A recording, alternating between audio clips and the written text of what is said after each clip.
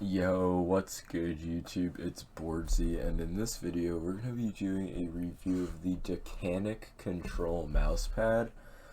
This is a mousepad I got about a week ago, and I've been using it the entire time, so I have a pretty good opinion on it now. And it's a really good mousepad, but there's a few issues with it, and I'm going to address those, but for the price it's a very solid pad. So this is the XL version. It's a bit bigger than a GSR SE. I'm sure a lot of you guys are familiar with that mouse pad. And it's only $15. And this is a very fast pad, despite being called the Control. That threw me off as well. Yeah, as you can see, my G Pro Wireless with Hyperglides is it's like very buttery smooth. And my Viper Mini, which I just got today, expect a review on that sometime soon, is also flying around the mouse pad.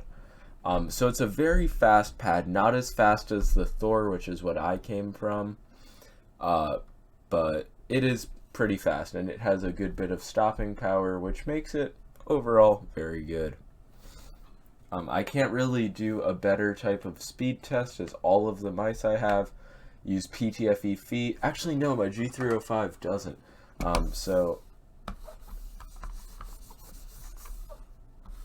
You can see it's still gliding relatively well, even without PTFE feet.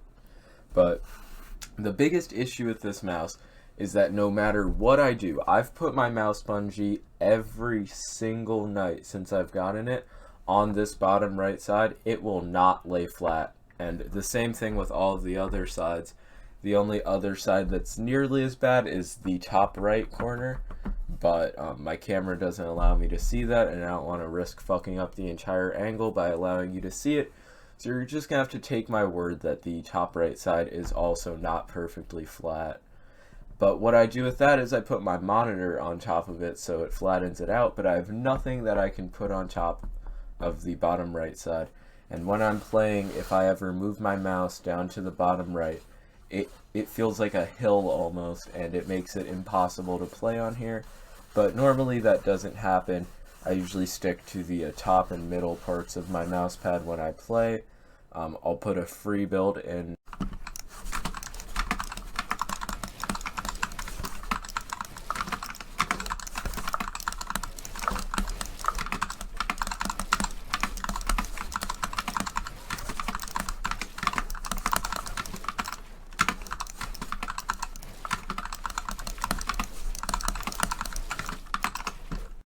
Hope you guys enjoyed that little free build that like just shows the amount of mouse room I use and like how this pad performs, like a little sense of how it performs.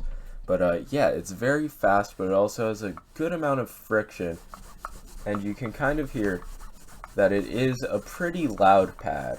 You can definitely hear the mouse feet on it. It's not the scratchy feet, that's not an issue.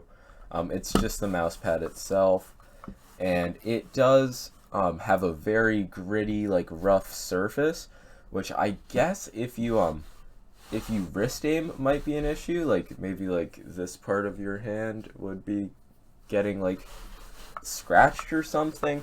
But I arm aim and I like use my forearm, and my forearm does not really get affected by the grittiness or roughness of this pad. I've heard that the MP510 is really bad, so I wouldn't assume it's as bad as that, but coming from the Thor, which literally is so smooth, it's definitely noticeable, and you're going to have to get adjusted to it. So keep that in mind. I don't have many mouse pads, so I'm not going to be able to tell you exactly what other mouse pads you're going to have trouble adjusting from, but the Thor was a bit of an issue because it is a lot rougher, but I've gotten used to moving my arm around it. And that brings me to my final point, sticking to your desk and the stitching. The stitching is very good. It's not noticeable, like, whatsoever, basically.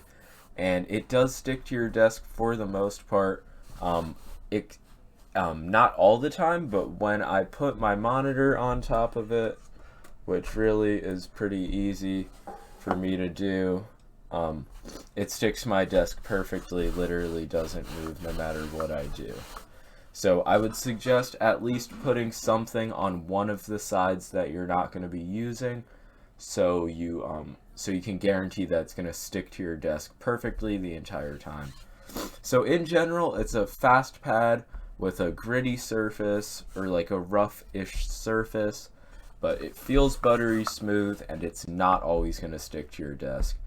But for $15, this is a really solid product, and I'm gonna recommend it if you're on a super budget for a mouse pad. Actually, I think this size was only 12, but they make every size. I'm gonna put the link in the description, and if you guys enjoyed, make sure to like and sub. It's been boardzy, and yeah, peace out. Viper Mini review soon.